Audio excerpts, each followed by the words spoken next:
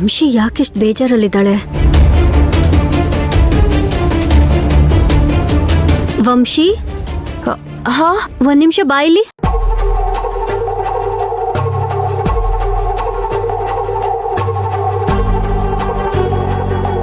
ಯಾಕೆ ವಂಶಿ ಒಂಥರ ಇದೆಯಾ?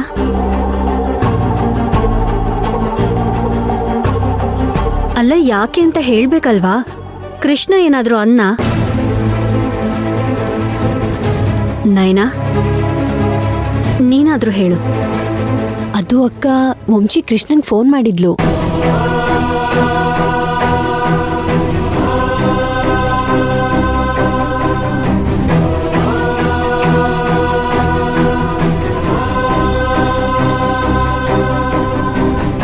ಏನಾಗಿದೆ ಅವನ್ಗೆ?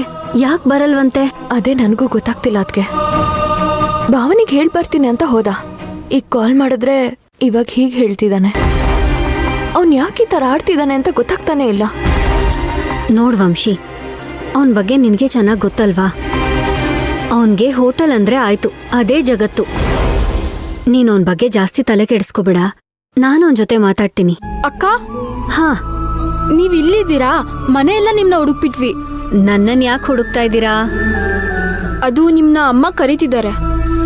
ನೀವ್ ಹೋಗಿರಿ, ನಾನ್ ಬರ್ತೀನಿ. ನಮ್ ಕೃಷ್ಣಣ್ಣ ಎಲ್ಲೋದ ಅಂತ ಯಾರಾದ್ರೂ ನೋಡಿದ್ರಾ?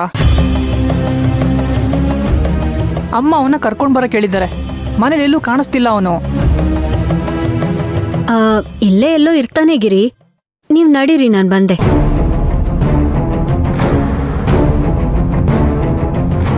ಅದ್ಕೆ ನೀವ್ಯಾಕೆ ಬೇಜಾರಲ್ಲಿದ್ದೀರಾ? ಕೃಷ್ಣಣ್ಣ ಕೂಡ ಕಾಣ್ತಿಲ್ಲ.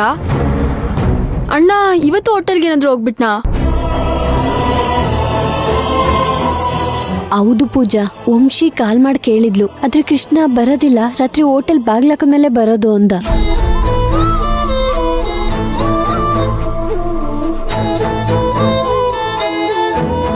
ಅವನು ಅಣ್ಣನ ಹತ್ರ ಈ ವಿಷಯದ ಬಗ್ಗೆ ಮಾತಾಡೋಕೆ ಭಯ ಪಟ್ಕೊಂಡು ಕೂತಿರ್ತಾನೆ ಅಷ್ಟೇ.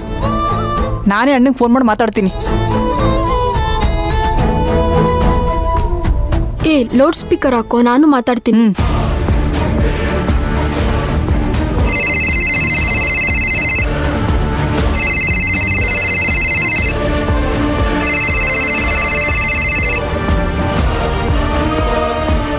ಇವನ್ಯಾಕೆ ಕಾಲ್ ಮಾಡ್ತಿದ್ದಾನೆ? ಹಲೋ. ಹಾಯ್ ಅಣ್ಣ. ಅಣ್ಣ, ನಾವು ವಂಶಿಯತ್ಕೆ ಮನೆಗೆ ಬೀಗ್ ರೂಟಿಗೆ ಬಂದಿದ್ದೀವಿ. ಅದಕ್ಕೆ ನಾನೇನು ಮಾಡಬೇಕು?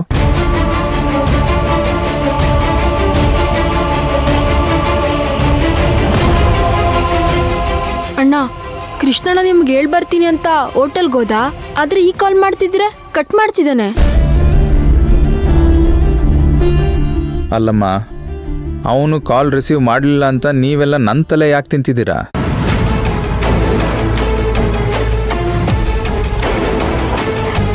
ಅಣ್ಣ, ನಿನ್ಗಿನ್ನೂ ಕೋಪ ಹೋಗಿಲ್ವಾ? ಕೃಷ್ಣಣ್ಣ ಏನು ಹೇಳಲೇ ಇಲ್ವಾ? ನೋಡು, ಇದೆಲ್ಲ ದೊಡ್ಡವ್ರ ವಿಷಯ. ನಿಮಗೆ ಈ ತಲೆ ಹರಟೆಲ್ಲ ಬೇಡ. ಈಗ ನನಗೇನಕ್ಕೆ ಫೋನ್ ಮಾಡಿದ್ರೆ ಅದನ್ನು ಹೇಳಿ. ಇಲ್ಲೆಲ್ಲರೂ ಕೃಷ್ಣನಿಗೋಸ್ಕರ ವೆಯ್ಟ್ ಮಾಡ್ತಾ ಇದ್ದೀವಿ.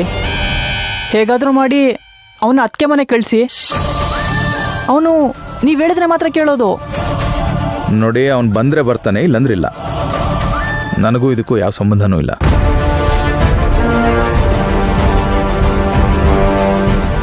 ಪ್ಲೀಸ್ ಅಣ್ಣ, ಹಂಗೆ ಹೇಳ್ಬೇಡ. ಇಲ್ಲೆಲ್ಲರೂ ಅವನಿಗೋಸ್ಕರ ಕಾಯ್ಕೊಂಡು ನಿಂತಿದ್ದಾರೆ. ನೀನ್ ಹೇಳಿಲ್ಲ ಅಂದ್ರೆ ಅವ್ನು ಖಂಡಿತ ಬರಲ್ಲ. ಪ್ಲೀಸ್ ಅಣ್ಣ. ಸರಿ, ನಾ ಒಂದ್ಸಲ ಅವ್ನಿಗೆ ಹೇಳಿ ನೋಡ್ತೀನಿ. ಅದನ್ನು ಮೀರಿ ಈ ವಿಷಯಕ್ಕೂ ನನಗೂ ಯಾವ ಸಂಬಂಧನೂ ಇಲ್ಲ. ನನಗೆ ಮತ್ತೆ ಮತ್ತೆ ಕಾಲ್ ಮಾಡಿ ತಲೆ ತಿನ್ಬೇಡಿ.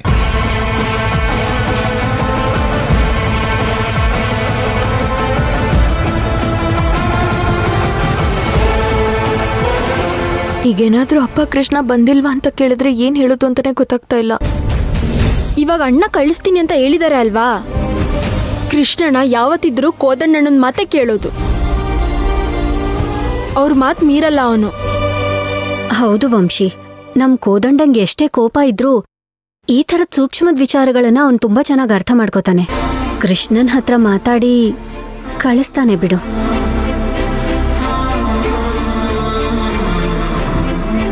ನಾವು ಮೊದಲೇ ಇಲ್ಲೇ ಮಾತಾಡ್ಕೊಂಡು ನಿಂತಿರೋದು ನೋಡಿದ್ರೆ ಮನೆಯವರೆಲ್ಲ ಸುಮ್ಮನೆ ಟೆನ್ಷನ್ ಆಗ್ತಾರೆ. ಬನ್ನಿ ಒಳಗಡೆ ಹೋಗೋಣ.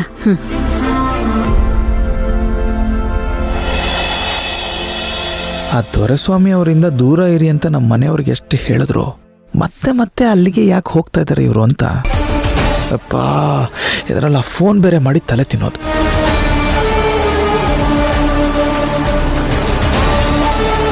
ಎಷ್ಟೇ ಆದರೂ ನಮ್ಮ ಕೃಷ್ಣ ಈಗ ಬರೀ ನನ್ನ ತಮ್ಮ ಅಷ್ಟೇ ಅಲ್ಲ, ಆ ಮನೆ ಅಳಿಯ ಕೂಡ. ಈಗ ನಮ್ಮ ಕೃಷ್ಣ ಅಲ್ಲಿಗೆ ಹೋಗಲಿಲ್ಲ ಅಂತಂದ್ರೆ ನಮ್ಮನೆ ಮರ್ಯಾದೆನೂ ಹೋಗುತ್ತಲ್ವಾ.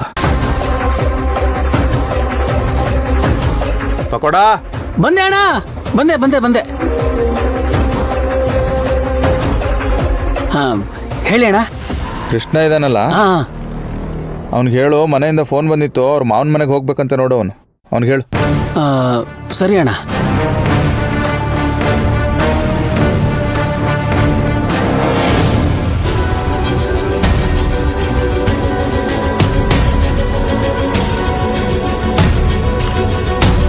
ಅಲ್ಲ, ನನ್ನನ್ನು ಕರೆದು ಹೇಳೋ ಬದಲು ಕೃಷ್ಣನ್ನೇ ಕರೆದು ಹೇಳ್ಬೋದಿತ್ತಲ್ಲ. ನನಗೆ ಯಾಕೆ ಹೇಳಿದ್ರು? ಥೋ, ಈ ಪಕೋಡ ಒಂಥರ ಮೀಡಿಯೇಟರ್ ಥರ ಆಗೋದ್ನಲ್ಲ. ಕಷ್ಟ ಗುರು, ಕಷ್ಟ. ಕೃಷ್ಣ, ಲೋ ಕೃಷ್ಣ.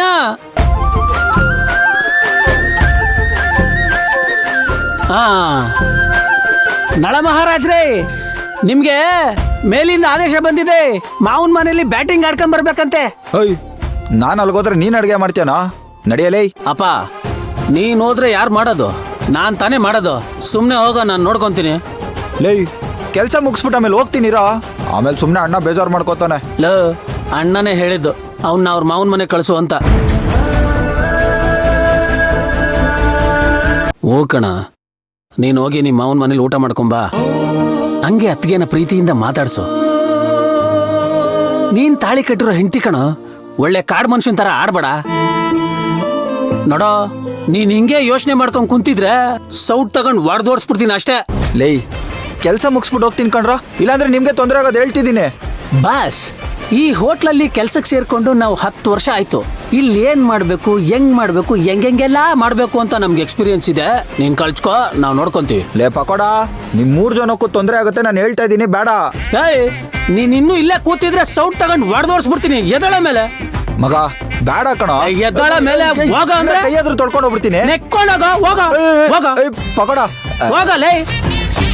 ಅಯ್ಯ, ಮದುವೆ ಮಾಡ್ಕೊಂಡವನೆ ಒಳ್ಳೆ ಸನ್ಯಾಸಿ ಆಡ್ದಂಗೆ ಆಡ್ತಾನೆ. ಈ ಅದೃಷ್ಟ ನಮ್ಗಿಲ್ವಲ್ಲ ಅಂತ ನಾವು ಸಾಯ್ತಾ ಇದ್ದೀವಿ. ಕಾದಿದೆ.